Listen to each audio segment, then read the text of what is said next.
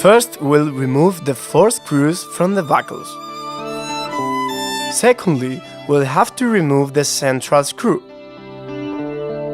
Removing the screws can be done just by using a 5 or 10 cents euro coin or an equally sized coin. It's quite easy because the buckle keeps the screws totally fixed. For the central screw, we'll use 2 coins. One coin will hold the female side of the screw, and another one will hold the male side.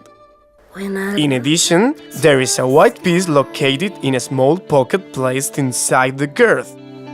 This element maintains the rigidity of the girth, even after lots of cleanings and over many years of use. In this moment, we simply remove the straps. Then we separate the 2 bodies of the girth for finally cleaning them separately. The leather part must be washed with a leather cleaner and nourished with a leather conditioner using a sponge. The protector must be cleaned using cold water, below 30 degrees.